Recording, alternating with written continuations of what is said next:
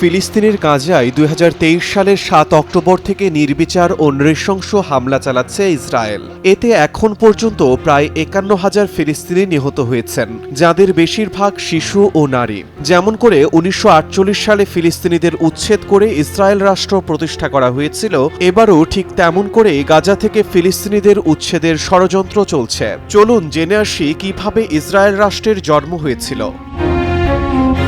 ফিলিস্তিনের গাজা থেকে প্রায় ২ মাইল উত্তরে কিবুটস এলাকা। এখানে ১৯৩০-এর দশকে পোল্যান্ড থেকে আসা ইহুদিরা কৃষি খামার গড়ে তুলেছিল।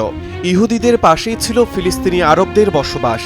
আরবরা কয়েক শতাব্দী ধরে সেখানে বসবাস করে আসছে। সে সময় মুসলমান এবং ইহুদিদের মধ্যে সম্পর্ক মোটামুটি বন্ধুত্বপূর্ণ ছিল।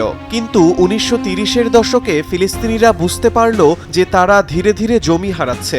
ইহুদিরা দলে দলে সেখানে আসে এবং জমি ক্রয় করতে থাকে।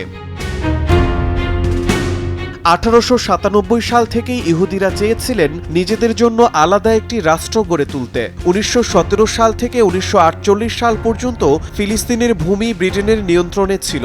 ১৯১৭ সালের নভেম্বর মাসে তুরস্কের সেনাদের হাত ধরে জেরুজালেম দখল করে ব্রিটেন। তখন ব্রিটিশ সরকার সিদ্ধান্ত নিয়েছিল যে ফিলিস্তিনের মাটিতে ইহুদিদের জন্য একটি আলাদা রাষ্ট্র গঠনের জন্য সহায়তা করবে। ব্রিটেনের তৎকালীন পররাষ্ট্রমন্ত্রী লর্ড আর্থার জেমস বেলফোর বিষয়টি জানিয়ে চিঠি লিখেছিলেন ইহুদি আন্দোলনের নেতা ব্যারন রথচাইল্ডকে। রোমান সময় থেকে ইহুদিদের ছোট্ট একটি ধর্মীয় গোষ্ঠী সেখানে বসবাস করত। ১৯৩৩ সালের পরে জার্মানির শাসক হিটলার ইহুদিদের প্রতি কঠোর হতে শুরু করেন। তখন জাহাজে করে হাজার হাজার ইহুদি অভিবাসী ফিলিস্তিনি ভূখণ্ডে আসতে থাকে। আর ফিলিস্তিনি আরবরা বুঝতে পারে যে তাদের অস্তিত্ব হুমকির মুখে পড়েছে।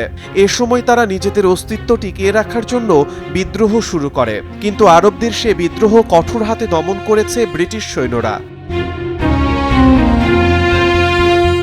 ইহুদিরা তাদের জন্য একটি আলাদা রাষ্ট্র গঠনে বদ্ধপরিকর ছিল। ব্রিটেনের সহায়তায় সে অনুযায়ী তারা কাজ এগিয়ে নিচ্ছিল।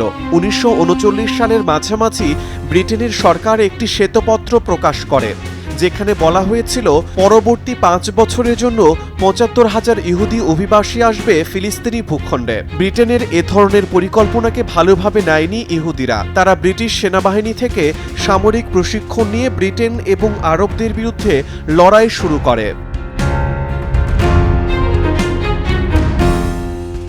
দ্বিতীয় বিশ্বযুদ্ধ শেষ হবার পর যেসব ইহুদি বেঁচে ছিলেন তাদের জন্য কি করা যায় সেটি নিয়ে আলোচনা শুরু হয়। তখন ফিলিস্তিনি ভূখণ্ডে ইহুদিদের জন্য একটি আলাদা রাষ্ট্র গঠনের ভাবনা জোরালো হয়।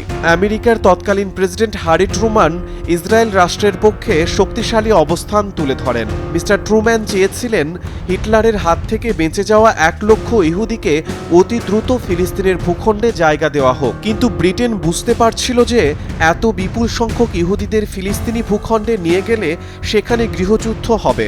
এ সময় ইহুদিদের সশস্ত্র দলগুলো ব্রিটিশ সৈন্যদের উপর ফিলিস্তিনের বিভিন্ন জায়গায় হামলা চালানো শুরু করে। ইউরোপ থেকে ফিলিস্তিনের উদ্দেশ্যে জাহাজে বোঝাই হয়ে আসা হাজার হাজার ইহুদিদের বাধা দেয় ব্রিটিশ বাহিনী, কিন্তু তাতে খুব একটা লাভ হয়নি। ইহুদি সশস্ত্র দলগুলো ব্রিটিশ বাহিনীর উপর তাদের আক্রমণের মাত্রা বাড়িয়ে দেয়। তাদের উদ্দেশ্য ছিল এমন একটি পরিস্থিতির তৈরি করা যাতে ইহুদি রাষ্ট্র গঠনের জন্য ব্রিটেন এবং আন্তর্জাতিক সম্প্রদায় দ্রুত সিদ্ধান্ত নেয়। তখন সমাধানের জন্য ব্রিটেনের উপর চাপ বাড়তে থাকে। এরপর বাধ্য হয়ে ব্রিটেন বিষয়টিকে জাতিসংঘে নিয়ে যায়। ১৯৪৭ সালে নভেম্বর মাসে ফিলিস্তিনের ভূখণ্ডে ২টি রাষ্ট্র গঠনের সিদ্ধান্ত নেয় জাতিসংঘ, একটি ইহুদিদের জন্য এবং অন্যটি আরবদের জন্য।